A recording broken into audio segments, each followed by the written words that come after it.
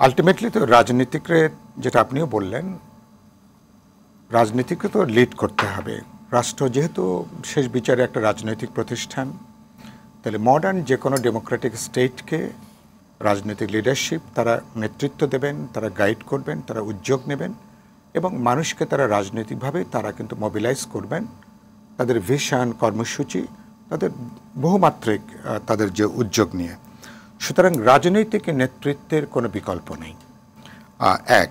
আর যারা এসছেন তারা কিন্তু কিছুটা ধরুন বিশেষ করে পতিত আওয়ামী লীগ সরকারে তাদের যে চূড়ান্ত একটা ফ্যাসিবাদী দুঃশাসনের কারণের জন্যই তো আমরা বরঞ্চ যেহেতু একটা স্পেস তৈরি হয়েছিল, আমরা ইমিডিয়েটলি আপরাইজিংয়ের পরে আমরা দলগুলো মিলে কোনো সরকার গঠন করতে চাইনি। এটা আপনাদের ব্যর্থতা কিনা? না না, আমি ব্যর্থতা মনে করি না। আমাদের আজকে দেশের যে অবস্থায় চলে গেছে, আমি শেষ করি, আপনারা রাজনীতিবিদরা এই কাজটি করেছেন, কিন্তু আপনারা না, আমি ব্যর্থতা বলবো না। আমরা উইথ দ্য গুড হোপটা কি ছিল, কারণ আমাদের পজিশন ছিল যে ফ্যাসিজমের বিদায়ের পরে আমরা একটা আলাপ আলোচনা করে there would be a non partisan interim government, এক ধরনের কেয়ারটেকার গভর্নমেন্ট তারা থাকবেন। হ্যাঁ, রাজনৈতিকদের সাথে আলাপ আলোচনা করে সরকার গঠিত হয়নি। সুতরাং আমাদের সমর্থন আছে, সরকারকে আমরা সমর্থন দিচ্ছি, যেহেতু 16 বছর 36 দিনের একটা লড়াই। এই লড়াইয়ের প্রেক্ষিতে 1,500 ছাত্র, শ্রমিক, জনতার, আমাদের রাজনৈতিক নেতা কর্মীদের রক্তের মধ্য দিয়ে সরকার এসছেন, আমাদের সমর্থনটা আছে। কিন্তু এটা তো প্রফেসর ইউনূস তো নিজেই সাক্ষ্য দিয়েছেন, তিনি ছাত্রদের দ্বারা নিযুক্ত তিনি একটা সরকার। তার কথার মধ্যে অতি আবেগটা বেশি, কিছুটা অতি কথন, কিছুটা অতি আবেগ, যেটা তিনি রাজনৈতিক দলগুলোকে তিনি খানিকটা ছোট করেছেন, সমাজের নানা অংশকে তিনি খানিকটা ছোট করেছেন। এটা তার মতন এরকম চৌকস বুদ্ধিমান মানুষের এরকম বক্তব্য বলাটা কিন্তু ঠিক হয়নি। এটা আমি আগেও কথাটা বলেছি। তার কাছ থেকে আমরা নিশ্চয় অনেক দায়িত্বশীল কথাই বিভিন্ন সময় আমরা শুনতে চাই, দেখতে চাই। এটা একটা আবেগপ্রসূত কথা তিনি বলেছেন।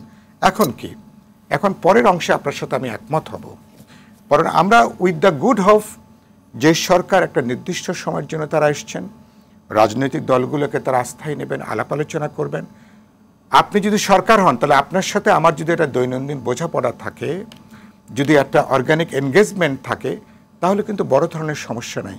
কিন্তু আমাদের মনে হয়েছে এই সরকার একদিকে তারা একটা সরকার, তাদের একটা সরকার, আমাদের ব্যুরোক্র্যাটদের, যেটা আমি ইতিমধ্যে বলেছি, যার 15.5 আনার সাথে এবারকার এই অভ্যুত্থানে কোনো দূরবর্তী কোনো সম্পর্ক নাই, তারা একটা প্যারালেল গভর্নমেন্ট তারা রান করাচ্ছে। ছাত্র তরুণরা তারাও এক ধরনের সরকারকে বহুমাত্রিক চাপ তৈরি করে তাদের এজেন্ডা কিভাবে সরকারকে দিয়ে তারা বাস্তবায়ন করতে চান, ফলে সরকার কিছুটা নাজেহাল অবস্থার ভিতরেও কিন্তু আছে। তাহলে অনেক ধরনের চাপটা থাকবে। সরকার কি করবে? হাজারো এজেন্ডা থাকতে পারে, সরকার কি করবে? আমি মনে করি গুরুত সালাম ভাই একটু আগে বললেন, বাজারটা নিয়ন্ত্রণ করবে, মানুষকে কিছুটা স্বস্তি দেবে, শান্তি দেবে।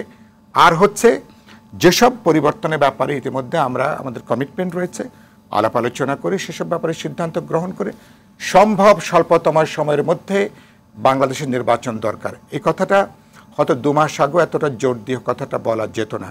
এখন কেন বলতে হচ্ছে কথাটা? কারণ কোনো ক্ষেত্রে সরকার দেশ চালাতে পারছে না। আমি আইন শৃঙ্খলা বলি, বাজারের পরিস্থিতি বলি, ম্যাক্রো ইকোনমিক আমার স্ট্যাবিলিটির প্রশ্ন বলি, প্রশাসনের বলি, ল এনফোর্সিং এজেন্সিসের ক্ষেত্রে বলি, এক ধরনের সামাজিক নৈরাজ্য কিন্তু চলছে। মানুষ এখনো পর্যন্ত সরকারকে আমরা কিন্তু সহ্য করছি। আমি একটাকে বললাম না, আমি যে কথা বলতে চাই সে কথা কি আমি এখন বলতে পারছি না। আমি নিজেকে নিয়ন্ত্রণ, নিজেকে আমি সংযত করছি। আমি একটু অপেক্ষা করছি যে দেখি আমাদের সমর্থিত সরকারকে আমরা সাপোর্ট দিই, দেখি তারা তাদের শুভবুদ্ধির উদয় হয় কিনা।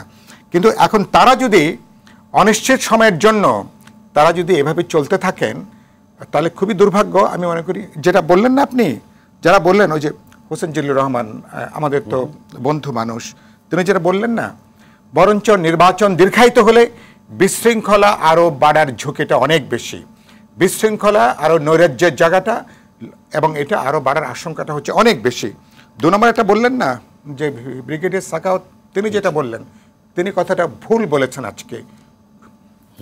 তিনি কোন অর্থে ভুল বলেছেন? কারণ আমি বলেছি ইতিমধ্যে, রাজনৈতিক দলগুলো এবারেই প্রথম যারা বিপ্লবী ওয়ার্কার্স পার্টি, গণতন্ত্র মঞ্চ, বিএনপি, যারা আমরা যুগপথে শরিক ছিলাম, এমনকি ইসলামী ঘরানার দল বা সবাই অনেকগুলো বড় ব্যাপারে এবার আমাদের মধ্যে একটা বড় ঐক্য যে আমরা অনেকগুলো পরিবর্তন করতে চাই। আমরা প্রধানমন্ত্রীর ক্ষমতা, তাকে জবাবদিহিতার মধ্যে আনা, রাষ্ট্রপতির সাথে ক্ষমতার ভারসাম্য, বাইক্যামেরাল একটা পার্লামেন্ট, কিভাবে নির্বাহী বিভাগের সাথে জুডিশিয়ারি এবং আইন প্রণয়নী বিভাগের একটা যৌক্তিক ভারসাম্য থাকবে, অসংখ্য অসংখ্য প্রস্তাব আমরা দিয়েছি। তার মানে সরকার যদি একটাও কাজ না করে, পলিটিক্যাল পার্টিগুলো আমরা দেশবাসীর কাছে আমরা প্রতিশ্রুতিবদ্ধ যে আগামী ইলেকশনের মধ্য দিয়ে যে সরকার গঠন হবে, আমরা সরকারে থাকি, বিরোধী দলে থাকি, যেখানে থাকি না কেন, যারা সরকার গঠন করবেন তারা এই কাজগুলো তারা কিন্তু করবেন, এইটুকু আস্থা এবার আমরা রাখতে চাই। সুতরাং তার এই কথাটা সত্য না যে এবার কিছু করা না গেলে কখনোই হবে না, এই কথাটা রাজনৈতিক দলগুলোর প্রতি অবিচার করা, অন্যায় করা এবং তাদের প্রতি চূড়ান্ত অনাস্থা ব্যক্ত, তাদেরকে হিউমিলিয়েট করা এবং তাদেরকে আন্ডারমাইন করা। এরকম সরকারের দায়িত্বশীল জায়গা থেকে এরকম হিউমিলিটিং বক্তব্যটা দেওয়া উচিত না। শব্দ বাক্য অনেক যত্ন করে ব্যবহার করা উচিত। আমি যেটা শেষ করব, আমি সরকারকে মনে করতে চাই অ্যাম্বিশনটা ছোট করেন, টার্গেটটাকে ছোট করে নিয়ে আসেন, উচ্চাভিলাষী কোনো উদ্যোগ না নিয়ে যেটা অর্জনযোগ্য, যেটা সবাইকে যুক্ত করে আমি অর্জন করতে পারি। আমি গুরুত্বপূর্ণ পরিবর্তন, সংস্কার এবং আগামী বছরের সম্ভব হলে যত দ্রুত সম্ভব একটা অবাধ নিরপেক্ষ নির্বাচন, এই সরকার যদি নির্বাচন করে একটা নির্বাচিত সরকার আছে ক্ষমতা, তারা যদি বেরিয়ে যেতে পারেন তাহলে আমরা কিন্তু সরকারকে আমরা কিন্তু ধন্যবাদ জানাবো। তাহলে কিন্তু প্রফেসর ইউনূস, আমরা চাই যে সরকার সফল হবেন, তারা ব্যর্থ হবেন না, কিন্তু তারা ব্যর্থ হবেন তখন তাদের যদি উচ্চ কোনো আকাঙ্ক্ষা যদি কাজ করে, যদি বোঝা যায় অন্যায় অযৌক্তিকভাবে ক্ষমতাকে তারা কিন্তু প্রলম্বিত করতে চান, তাহলে সরকার নিয়ে প্রশ্ন উঠবে, আপত্তি উঠবে, তাহলে সরকার কিন্তু রাজনৈতিক দলগুলোর কিন্তু একেবারে মুখোমুখি দাঁড়িয়ে যেতে পারে। এরকম কোনো পরিস্থিতি আমরা কেউ দেখতে চাই না। ধন্যবাদ।